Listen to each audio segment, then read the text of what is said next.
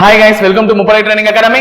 So guys, இன்னைக்கு நம்ம coffee with ஹரிஷ்ல என்ன பார்க்க போறோம் அப்படின்றத தெரிஞ்சுக்கிட்டோம். காலைல காஃபியோட ரெடியா இருப்பீங்கன்னு நினைக்கிறேன். ஸோ காஃபி வித் ஹரிஷ் எதுக்கு போடுறோன்றது உங்களுக்கு தெரியும். ஏன்னா அது ஒரு குறிப்பிட்ட நேரம் காஃபி குடிக்கிற கேப்ல நம்ம நிறைய கத்துக்க போறோம், நிறைய படிக்க போறோம். ஸோ அந்த வகையில உங்களுக்கு இன்னைக்கு காஃபி வித் ஹரிஷ்ல நிறைய விஷயங்களை நான் சொல்லி தர போறோம். ஸோ இணைந்திருங்கள், தொடர்ந்து பயணிப்போம் அப்படின்னு நம்ம சொல்லியிருக்கோம். ஸோ SIPC எக்ஸாம்க்கான நோட்டிஃபிகேஷன் இந்த வருஷம் வரும், அதுக்கு ஏற்ற மாதிரி நீங்க படிக்கணும். ஸோ கூடவே சேர்ந்து படிச்சுட்டு வந்தீங்கன்னா தான் எவ்ரி மண்டே, வெட்னஸ்டே, ஃப்ரைடே, அதாவது திங்கள், புதன், வெள்ளி வந்துருச்சுன்னா நீங்க காஃபி வித் ஹரிஷ்க்கு ரெடியா வந்துருங்க. ஸோ காஃபியை குடிச்சிட்டு படிக்க ஆரம்பிங்க என் கூட சேர்ந்து, ஓகேவா? ஸோ அதுக்கு முன்னாடி எங்க இன்ஸ்டியூட் தரப்புல இருந்து ஒரு சின்ன அனௌன்ஸ்மெண்ட் என்னன்னு பாத்தீங்கன்னா, வரக்கூடிய TNUSRB SIPC 2024க்கான புதிய வகுப்புகள் எங்க பயிற்சி மையத்துல 19/2/2024 இன்று முதல் தொடங்க ஆரம்பிச்சிருச்சு. ஸோ அட்மிஷன் போட விருப்பம் உள்ள நபர்கள் இந்த நம்பரை கான்டாக்ட் பண்ணி நீங்க வந்து டீடைல்ஸ் கேட்டுக்கலாம். ஸோ வேலூரா இருந்தா மேல இருக்க நம்பரும், திருச்சியா இருந்தா கீழே இருக்க நம்பருக்கும் நீங்க கான்டாக்ட் பண்ணி அதுக்கான டீடைல்ஸ் கேட்டுக்கலாம். அதே மாதிரி சைரன் டெஸ்ட் பேட்ச், சைரன் வெற்றிகரமா ஓடிட்டு இருக்கு. அந்த மாதிரி சைரன் டெஸ்ட் பேட்ச்மே பாத்தீங்கன்னா ரொம்ப நல்ல முறையில் சக்சஸ்ஃபுல்லா போயிட்டு இருக்கு. சோ நிறைய பேர் என்ரோல் பண்ணி எழுதி கொண்டு இருக்கக்கூடிய அந்த சைரன் டெஸ்ட் பேட்ச்ல இணைய விருப்பமுள்ள நபர்களும் இந்த நம்பரை கால் பண்ணி கேட்டீங்கன்னா அதுக்கான டீடைல்ஸ் வந்து உங்களுக்கு சென்ட் பண்ணிடுவாங்க. சோ தீரன் PC டெஸ்ட் பேட்ச், PC மாணவர்களுக்காக தீரன் டெஸ்ட் பேட்ச் வந்து நாங்க ஸ்டார்ட் பண்ணிருக்கோம். என்னையில இருந்து அப்படின்னு பாத்தீங்கன்னா மார்ச் 6 முதல் உங்களுக்காக நாங்க தொடங்க இருக்கிறோம். சோ மார்ச் 6 முதல் அந்த தீரன் டெஸ்ட் பேட்ச் வந்து நீங்க எழுதி பயன்பெறலாம் தாராளமாக, ஓகேங்களா? ஹாய் கைஸ், வெல்கம் டு முப்படை ட்ரைனிங் அகாடமி. சோ இன்னைக்கு இந்த காஃபி வித் ஹரிஷ்ல நம்ம பார்க்க போறோம். So very good morning to all. அதுக்கு முன்னாடி நான் குட் மார்னிங் சொல்லாம ஆரம்பிச்சிட்டேன். சோ குட் மார்னிங் எல்லாருக்குமே, குட் மார்னிங். சோ இன்னைக்கு நம்ம காஃபி வித் ஹரிஷ்ல நிறைய விஷயங்களை தெரிஞ்சுக்க போறோம். ஒரு சில முக்கியமான விஷயங்களை கூட சேர்ந்து கவனிங்க. ஏன்னா காலையில கொஞ்சம் எனர்ஜியா படிச்சுட்டோம்னா அன்னைக்கு நாளில் நமக்கு நல்லபடியா போகல. ஸோ அன்னைக்கு நாள் உங்களுக்கு நல்லபடியா ஆக்கிறதுக்கு ஏதோ முப்படை பயிற்சி மையத்தினால முடிஞ்ச ஒரு சில விஷயங்களை செய்யறோம். ஸோ அதை நீங்க கவனிச்சுக்கிட்டீங்கனாலே நல்லபடியா படிச்சுக்க ஆரம்பிச்சிடுவீங்க. ஸோ இன்னைக்கு வீடியோக்குள்ள போலாமா? போயிடலாம். ஸோ ஃபர்ஸ்ட், சிகிச்சையில் பயன்படக்கூடிய சில கதிரியக்க ஐசோடோப்புகளை பற்றி பார்க்க போறோம். அதை ஞாபகமும் வச்சுக்க போறோம். சோ கதிரியக்க ஐசோடோப்புகள் நமக்கு தெரியும். நம்மளுடைய உடல்ல ஏற்படக்கூடிய பல வகையான நோய்களுக்காகட்டும், பல வகையான சிகிச்சை பெறக்கூடிய சில விஷயங்களுக்காகட்டும், அந்த டிசீஸ்க்கு நம்ம சில ஐசோடோப்ஸை யூஸ் பண்ணி கியூர் பண்ணிக்கிட்டு தான் இருக்கும். சோ அந்த வகையில முக்கியமான சில ஐசோடோப்ஸ் இதெல்லாம் பயன்படுது. இந்த முறை என்னன்னா, நம்ம அந்த நம்பர்ஸ் ஞாபகம் வச்சுக்கணும். ஏன்னா இதெல்லாம் வந்து சில இடத்துல முக்கியமா கேட்பாங்க. இந்த கோபால்ட் 60, பாஸ்பரஸ் 32, அயோடின் 131, தங்கம் 198, இதெல்லாம் பெரும்பாலும் கேட்கறதுக்கு வாய்ப்புகள் இருக்கு. சோ இது மூணுத்துல ஒரு ஒற்றுமை என்ன இருக்குன்னா, இதுல 3 ஐசோடோப்புகள் புற்றுநோய் சிகிச்சைக்கு பயன்படுத்தப்படுகிறது. அது எதுன்னு பாத்தீங்கன்னா, கோபால்ட் 60, கோபால் புத்து, பாம்பு புத்துல என்ன ஊத்துவீங்க? பால் ஊத்துவீங்க. அப்ப புற்று பால், புரியுதா? புற்று பால். அப்ப புற்றுநோய்க்காக தான் கோபால்ட் 60 பயன்படுத்தப்படுகிறது. அதே மாதிரி தங்கம், அதுவும் இதுதான் புற்றுநோய். தங்கமும் எதுக்குதான்? புற்றுநோய். அப்ப தங்கம் 198 கேட்டா நமக்கு தெரியும் 96 K, அது என்ன சொல்லுவீங்க, 22 கேரட் அப்படின்ற மாதிரி 96 சொல்லுவோம்ல. அந்த மாதிரி வந்து தூய தங்கத்தை வந்து 198 நீங்க நான் மென்ஷன் பண்றேன்னு வச்சுக்கோங்க. சோ தங்கம் 198 எதுக்கு காரணமா இருக்கு? புற்றுநோய்க்கு சிகிச்சைக்கு காரணமா இருக்கு. அப்ப கேன்சர் ட்ரீட்மெண்ட்ல பயன்படுத்தக்கூடிய 2 தனியா பயன்படுத்தக்கூடியது எதுன்னு பாத்தீங்கன்னா, ஒன்னு புற்றுனா பால், இன்னொன்னு புத்துனா தங்கம். சோ சாரி, பாம்புலாம் வந்து தகதக மின்னும் இல்ல, ஒளி பட்டுச்சுன்னா மாணிக்க கல் எல்லாம் இருக்கும். அப்ப தங்கத்துல தானே மாணிக்கம்லாம் வைப்போம். அந்த மாதிரி எல்லாம் ஞாபகம் வச்சுக்கோங்க. சோ புற்றுநோய்னா தங்கம் 1, கோபால்ட் 61. அப்ப தங்கம் 198, கோபால்ட் 60 ரெண்டுமே எதுக்கு? கேன்சர் ட்ரீட்மெண்ட்டுக்கு பயன்படுது. இன்னொன்னு இது அயோடின் ஞாபகம் வச்சுக்கோங்க. அயோடின் நமக்கு நம்மளுடைய தைராய்டு குறை பிரச்சனையை தீர்க்கணும்னாலே அயோடின் தான் கண்டிப்பா தேவை. ஏன்னா தைராய்டு வந்து நமக்கு வர்றதுக்கு காரணமே நம்ம சாப்பிடுற சாப்பாட்டுல ஒழுங்கான அளவில் அயோடின் எடுத்துக்கொள்ளாத பொழுதுதான் நமக்கு என்ன வரும்? தைராய்டு பிரச்சனையே வரும். அப்ப தைராய்டு பிரச்சனை நமக்கு வரக்கூடாதுன்னா ப்ராப்பரா என்ன பண்ணணும்? அயோடினை வந்து கன்சியூம் பண்ணணும். அப்ப அதுவே ஒரு அளவு சொல்லியிருப்பேனே, கிட்டத்தட்ட ஒரு நாளைக்கு 120 கிராமாவது அயோடின் வந்து உன்னுடைய உணவுல நீ என்ன பண்ணணும்? எடுத்துக்கணும். குறைந்தபட்சம் 60 நினைக்கிறேன், அதிகபட்சம் 120 கிராம் நினைக்கிறேன். சோ ஞாபகம் வச்சுக்கோங்க. எனக்கு I am not clearly remember the data, okay, but ஞாபகம் வச்சுக்கோங்க. சோ அது வந்து உனக்கு தைராய்டை வந்து என்ன பண்ணும்? ப்ராப்பரா வந்து சுரப்பதற்கான விஷயத்தை செய்யும். தைராய்டு எங்க இருக்கு? நம்மளுடைய கழுத்து பகுதியில். பேராதைராய்டு எங்க இருக்குன்னா, அதுவும் நம்மளுடைய கழுத்து பகுதியில் தைராய்டுடைய பின்புறத்தில் இருக்குன்னா அதை நம்ம படிச்சிருப்போம். சோ அந்த அயோடின் தான் தைராய்டை வந்து குணப்படுத்துறதுக்கு, அதாவது ஹைப்பர் தைராய்டிசம், தைராய்டு அதிகமா சுரந்தாலும் அதை வந்து நமக்கு என்ன பண்ணுவாங்க? கண்ட்ரோல் பண்றதுக்கு அயோடின் 131 இதை பயன்படுத்துவாங்க. கூடவே இது புற்றுநோய் சிகிச்சையிலுமே என்ன ஆகுதுன்னு பாத்தீங்கன்னா பயன்படுது. அப்ப புற்றுநோய்னு எடுத்துக்கிட்டா மொத்தம் 3. அதுல ரொம்ப preference வந்து கோபால்ட் 60, அதுக்கு அடுத்தது வந்து தங்கம் 198, அதுக்கு அடுத்தது வந்து அயோடின் 131. சோ அயோடின் 131 புற்றுநோயும் அல்லாமல் கூடவே வேற எதுக்கும் பயன்படுது, ஹைப்பர் தைராய்டிசம். சோ இதே மாதிரி பாஸ்பரஸ் 32, சோ ரத்த கோளாறு மற்றும் தோல் நோய். எப்படி சார் ஞாபகம் வச்சுக்கலாம்னா, பாஸ் கண்டி பண்ணலன்னு வச்சுக்கோ, தோலை உரிச்சு ரத்தத்தை எடுத்துருவேன். ஓகேவா, தோலை உரிச்சு ரத்தத்தை எடுத்துருவேன். நானே உங்களுக்கு விடுறேன், ஒழுங்கா எஸ்ஐ எக்ஸாம் பாஸ் ஆயிடுங்க. பாஸ் கண்டி பண்ணலன்னா தோலை உரிச்சு என்ன பண்ணிடுவேன், ரத்தத்தை எடுத்துருவேன். அப்போ பாஸ்பரஸ் 32னா தோல் நோய்க்கும் சிகிச்சைக்கும் மற்றும் ரத்த கோளாறுகளுக்கும் பயன்படுது. ஏன்னா கோளாறு பண்ணாதானே ஃபைல் ஆவீங்க, அப்ப ரத்தத்தை எடுக்கிறதுல தப்பு இல்ல. சோ இந்த மாதிரி சில விஷயங்களை ஞாபகம் வச்சுக்கோங்க. அப்ப தங்கம் 198, கோபால் 60 புற்றுநோய்க்காக மட்டுமே. அயோடின் 131 எது எதுக்கு, ஹைப்பர் தைராய்டிசம் மற்றும் புற்றுநோய். இதை கூடவே வேற என்ன பார்த்துட்டோம், பாஸ்பரஸ் 32. பாஸ் பண்ணலனா தோலை உரிச்சு ரத்தத்தை எடுப்பீங்க சார். சோ தோல் நோய், ரத்த கோளாறு. சோ இப்ப பார்க்கலாம், இது வந்து தாவரங்களுடைய சார்பசைவு. ஒரு தாவரங்கள் வளர்ந்து வருதுன்னா அதனுடைய சார்பசைவு, அதனுடைய உடலில், அந்த தாவரத்தின் உடலில் உள்ள சில பகுதிகளில் வந்து இந்த சார்பசைவுகள்லாம் ஏற்படும். இதெல்லாம் எதை தொட்டு எது நடக்குது அப்படின்றத பார்க்கறதுக்கு தான். சோ இப்போ நான் வந்து இதையும் நமக்கு கூற்றுகள்ல மாதிரி கேள்விகள் கேட்டிருக்காங்க. சோ இதை வந்து நம்ம பார்க்கும்போது ஃபர்ஸ்ட் நம்ம பார்த்துடலாம். இந்த புவியும் நீரும், புவினா பூமி, அப்ப பூமி கூட சம்பந்தப்பட்ட ஏதோ ஒரு தாவரத்தின் பகுதி தான் இந்த புவி சார்பசைவோட சம்பந்தப்பட்டிருக்கும்.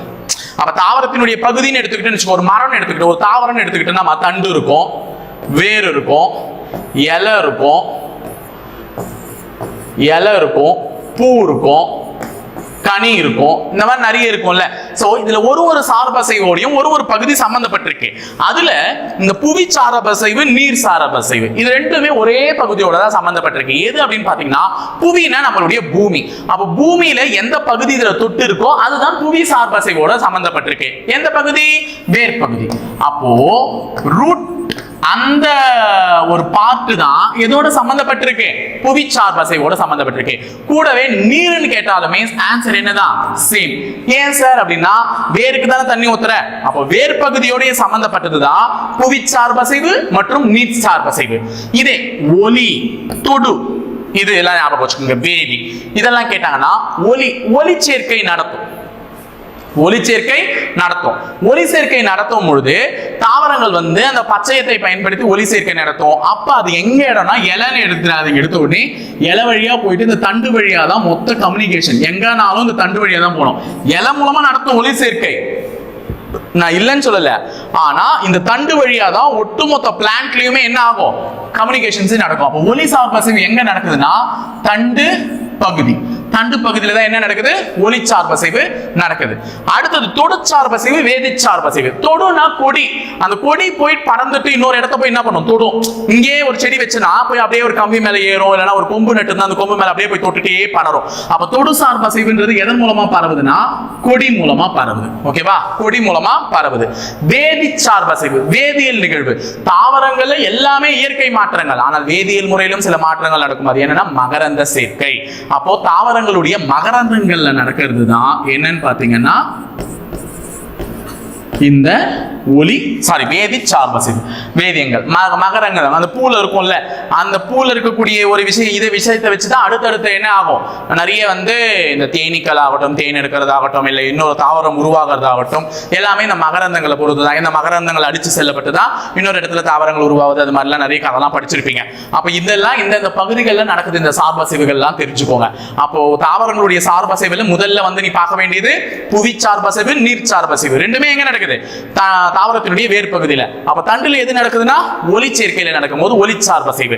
அதே மாதிரி மகரந்தங்கள் எது நடக்குன்னா, வேதி சார்பசைவு. அப்ப வேற என்ன விட்டோம், கொடின்றது வந்து தொடு சார்பசைவு. ஏன்னா கொடி வந்து இன்னொரு இடத்தை தொட்டு வளர ஆரம்பிக்குது.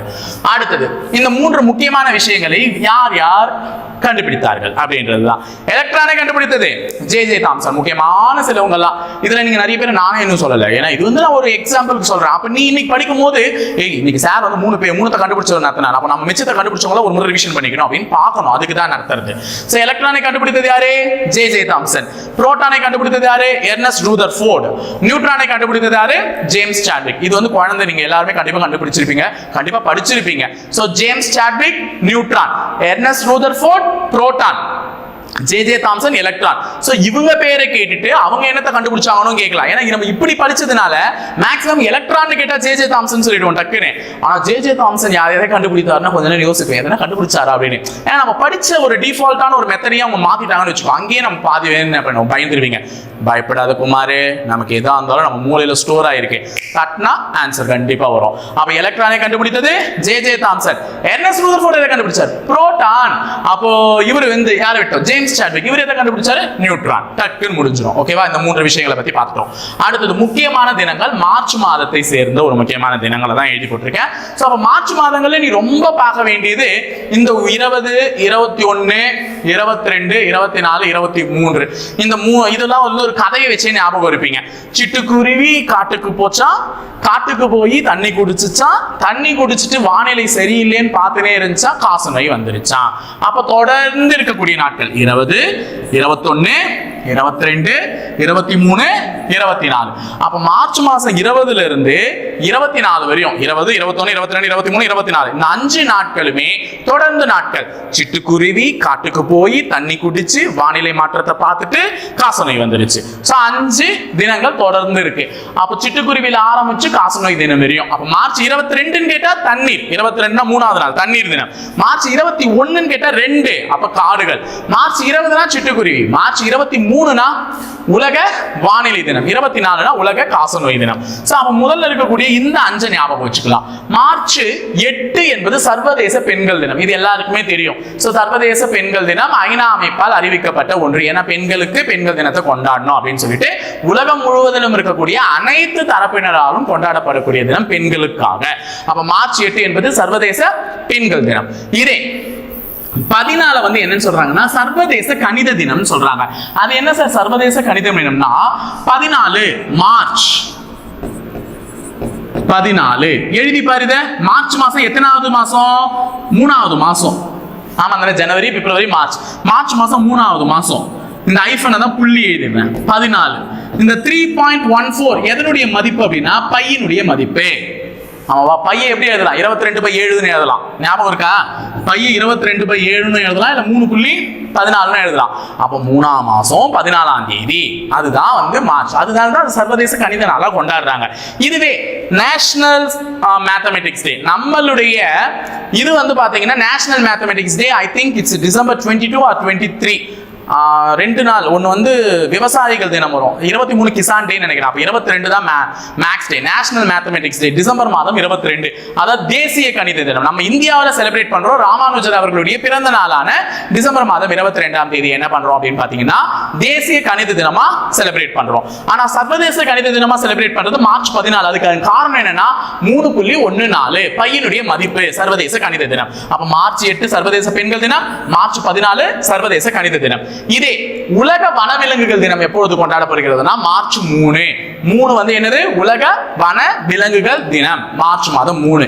அதே 4ஆம் தேதி அந்த வனவிலங்குகளை பாதுகாக்கணும்ன்றதுனால உலக பாதுகாப்பு தினம், தேசிய பாதுகாப்பு தினம், தேசிய பாதுகாப்பு தினம். அப்ப வனவிலங்குகளை என்ன பண்ணணும்? பாதுகாக்கணும். அப்ப மார்ச் 3ன்றது உலக வனவிலங்குகள் தினம், மார்ச் 4ன்றது தேசிய பாதுகாப்பு தினம். அடுத்தது மார்ச் 16 தேசிய தடுப்பூசி தினம். தடுப்பூசி எல்லாம் போட்டுக்கிட்டாதான் 16 பெற்று பெருவாழ்வு வாழ முடியும். ஒழுங்கா 16 பெற்று பெருவாழ்வு வாழ்கன்னு சொல்லியிருக்காங்க. அப்ப தேசிய தடுப்பூசி தினம் என்றது 16 மார்ச் 16. அப்ப இந்த விஷயம் ஞாபகம் இருக்கா? அப்ப 20ல இருந்து 24 வரையும் தொடர்ந்து சொல்லுங்க பார்க்கலாம். 20 சிட்டுக்குருவிகள் தினம், 21 காடுகள் தினம், 22 தண்ணீர் தினம், 23 வானிலை தினம், 24 காசநோய் தினம். மார்ச் 8 சர்வதேச பெண்கள் தினம், மார்ச் 14 3.14 சர்வதேச கணித தினம். ஆமா, மார்ச் 16 பெற்று பெருவாழ்வு வாழ்க தடுப்பூசி போட்டுக்கணும், தடுப்பூசிகள் தினம். 3ஆம் தேதி வனவிலங்குகள் தினம், அதை பாதுகாக்க வேண்டியது 4ஆம் தேதி. ஓகேவா? சோ இந்த மார்ச் மாசம் நாட்கள் ஞாபகம் வச்சுச்சு. அடுத்தது சிறப்பு பெயர்கள். இந்த சிறப்பு பெயர்களோட முடிச்சுக்கலாம். இந்த சிறப்பு பெயர்கள் வந்து ரொம்ப ரொம்ப முக்கியம். ஒரு சில விஷயங்கள் ஞாபகம் வச்சுக்கோங்க. நமக்கு யார மொழி ஞாயிறுன்னு சொல்றாங்க, யார கவிஞாயிறுன்னு சொல்றாங்க, யார புலவரேன்னு சொல்றாங்க. இந்த விஷயத்தெல்லாம் இன்னைக்கு நம்ம இந்த ஸ்லைட்ல பாத்துக்க போறோம்.